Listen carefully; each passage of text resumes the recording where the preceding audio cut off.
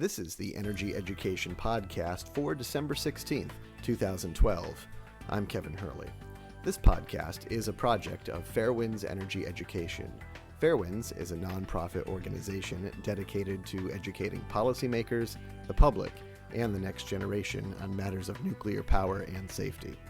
Today on the show, every day the Nuclear Regulatory Commission publishes a list of event notification reports, otherwise known as ENRs. ENRs are filed by nuclear plants with the NRC to report an event. Today, we'll discuss two of these recent ENRs and how, by timely coincidence, they chime with a video expose that Fairwinds is about to release. Joining us today, as always, is Fairwinds Chief Nuclear Engineer Arnie Gunderson. Coming up next. Could the United States experience a meltdown like Fukushima Daiichi? Will the mainstream media tell you the whole story about the nuclear industry? When you want answers to what's going on around the world in nuclear news, Fairwinds provides them. And your donations provide the needed funds for us to keep giving you factual information from people with industry experience. Please hit the donate button. All right, now to get right to it, Arnie Gunderson, thanks for coming on again this week. Hey, Kevin, thanks for having me again. I wanted to get started with a little discussion about an ENR. What is an ENR? Now, I know you're watching what the Nuclear Regulatory puts out almost every day, if not several times per day. And I understand that an ENR is something that the nuclear industry publishes to the NRC when they have a problem? Yeah, if anyone wants them, they're available on the NRC website. They're called ENRs, Event Notification Reports. And every day, anything that went wrong at a nuclear plant that rises to a certain threshold gets reported in these ENRs. It's not just nuclear plants. There's 20,000 other nuclear licensees around the country. A lot of people use radiation sources for pipeline inspection and things like that. So there's a mixed bag of, lost sources or radiation turning up in a scrapyard or, a nuclear plant problem. But these ENRs are every day the NRC publishes them. So this is a daily update. Yes, you're right.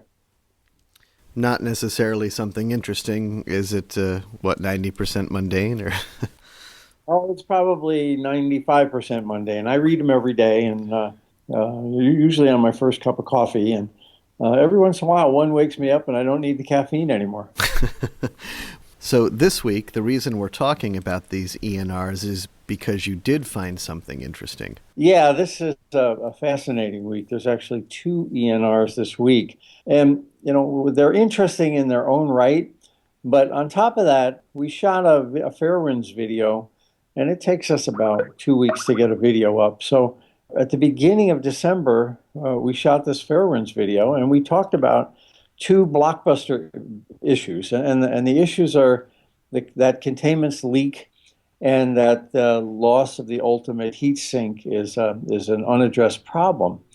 And son of a gun, here are two ENRs this week. One is about containments leaking, and the other is about the loss of the ultimate heat sink. So we were essentially getting some early publicity from the NRC for the video that we're going to post on Monday at noon.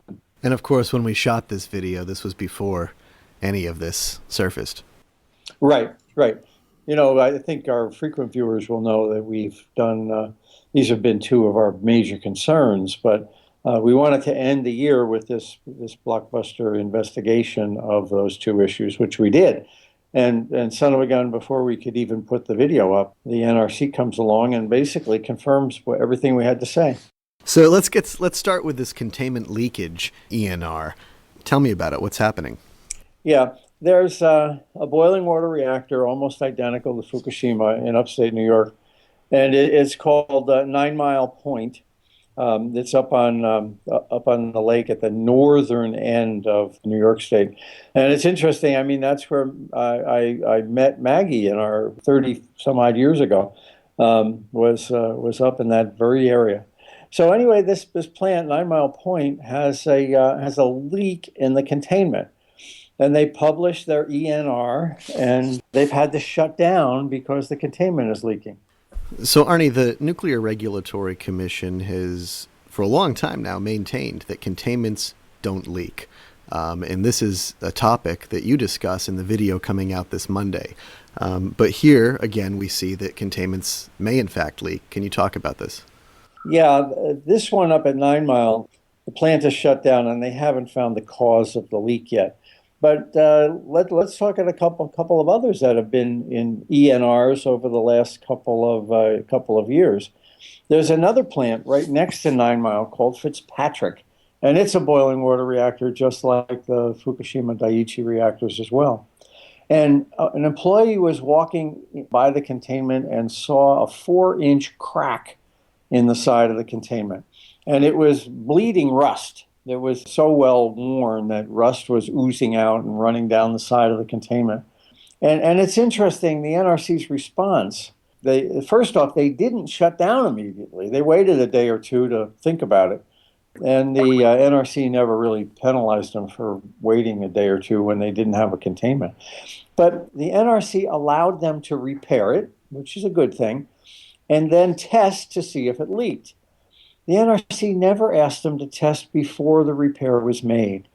So, the NRC staff has routinely told the Advisory Committee on Reactor Safeguards that every time a containment has been tested, it's never leaked. But they always give them these do-overs where they get to repair the damage before they do the test. Well, that's Wait, maybe I'm not understanding this. You're saying that they come in and they test for leaks, but they allow them to do the repairs before they test for leaks? Yes. And it's not just at 9 Mile, I'm sure they'll find a leak, and I'm sure they'll then do the test, but they'll never measure the leak rate before they do the test. It happened at Fitzpatrick. They welded back over this crack and then did a test and said, oh my God, the containment doesn't leak. Isn't that good? It also happened at Beaver Valley, where a 2-inch hole was discovered in the side of the containment, and they didn't require a leak test. The NRC had them patch the hole, and then they did a leak test and said, oh my God, it doesn't leak. This is a trend at the NRC. It's not just those reactors. There were a couple in Virginia that had leaks. There was the Turkey Point reactors in Florida. Just 2 years ago had leaks in the containment, and no one asked them to determine what the leak rate was. They patched it, and then they were allowed then to test. And of course, after you fix the problem, you're not going to find the problem. So what is the difference? I mean, this makes me think of going into the dentist to get my teeth filled and then going in for a checkup to see if I have any cavities. Yeah, it's look, Mom, no cavities. That's a perfect analogy. After you fix the problem. Right. After you've had your cavities repaired, then you can claim you have no cavities. That's exactly what the NRC does on containment leak rate testing. So, Arnie, moving on to another topic here, loss of the ultimate heat sink. This is something you've been talking about for quite some time, and just a few days ago, if not a week ago, the NRC had published an ENR related to that. Can you talk about that just a bit? Yeah, at the Sequoia plant in Tennessee, there was they just discovered that the building that houses their emergency cooling water pumps, some people call them emergency service water. The Sequoia plant calls them the emergency raw cooling water. But in any event, it pumps cooling water to the diesels, and it pumps cooling water to cool the heat exchangers that cool the nuclear reactor. Well, they just discovered that that the building that houses these pumps was not leak tight, and that if a flood came along, the building would leak, and that the sump pumps were not big enough to pump it out. In other words, the flood coming in would overwhelm the pumps designed to pull whatever water leaks out. So they declared an ENR and put the NRC on notice that they had a problem. This is exactly what happened at Fukushima Daiichi. The water overwhelmed the service water pumps. And here we've had many replays of this here in the States, but the Nuclear Regulatory Commission doesn't seem to be doing too much about it. So does Sequoia get any bonus points for reporting this? No, basically they've said that they're since there's no flood now, they're going to keep running and they're going to go out and repair this thing, and so they'll keep their eye on the river to make sure that there's no floods. And so basically, you're expected to self-report, and that's the only way the system works. There's only 2 NRC inspectors on every site, and at Sequoia, there's probably close to 1,000 employees. So there's no way there's enough inspectors to keep track of everything. So they've got to self-report. So these are the pumps that cool the reactor. These are the pumps that the reactor relies on not to go into meltdown in the case of a problem. My understanding then is that these pumps at Sequoia are not themselves submersible pumps, but they're housed in a structure that is supposed to be leak-proof. You're telling me that this ENR published by the NRC is stating that the housing that these pumps are in has now been determined not to be leak-proof. That's right. That's right. You've got 2 ways of solving the problem. You can make the building leak-proof, or you can make the pump leak-proof. And at Sequoia, now they've just realized they have neither.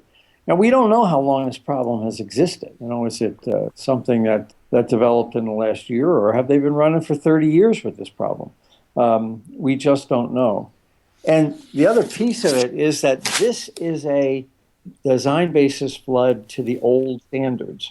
And you'll recall the NRC is trying to get people to reevaluate the design basis flood. And so no one knows what else is out there. We're going to find now, when floods are determined to be 5 feet higher than they had been designed for, we're going to find more of this. That's what we were talking about in the video that's coming out on Monday. Is the issue that the NRC has been like an ostrich in the sand, ignoring this whole issue of flooding the cooling pumps that are designed to protect the reactor. I think this video is going to make these 2 issues very clear for the viewers. Again, containment leakage is one issue, and loss of the ultimate heat sink is the other issue. Both issues now are being at least talked about, and at least by TEPCO acknowledged. What can you tell us anything about this video? Maybe a little sneak peek. Well, we've been studying this issue for months, and our frequent viewers will know we've been on it since April of the very first time after the accident. But we have some pretty conclusive evidence of a detonation shock wave, and we've got some pretty conclusive evidence that the NRC is ignoring loss of the ultimate heat sink. So the video that's going up on Monday at noon is basically an expose on things that the Fairwinds has been saying all along. We now have the evidence that pretty much proves unequivocally that Fairwinds was right, that containments can blow up with a detonation shockwave, and that loss of the ultimate heat sink is being ignored by your friendly regulators at the Nuclear Regulatory Commission. All right, so that video coming on tomorrow at noon, Monday, tomorrow at noon, on fairwinds.org. Anything else today, Arnie? No, I think that's it. That's a pretty full week, actually. Arnie Gunderson, thanks for joining us again this week. Thanks for having me, Kevin. Well, that about does it for this week's show. As a reminder, Fairwinds Energy Education needs your help. Please consider making a tax-deductible donation and help us continue educating policymakers, the public, and the next generation into the year 2013. For Fairwinds Energy Education, I'm Kevin Hurley. We'll see you back here next week.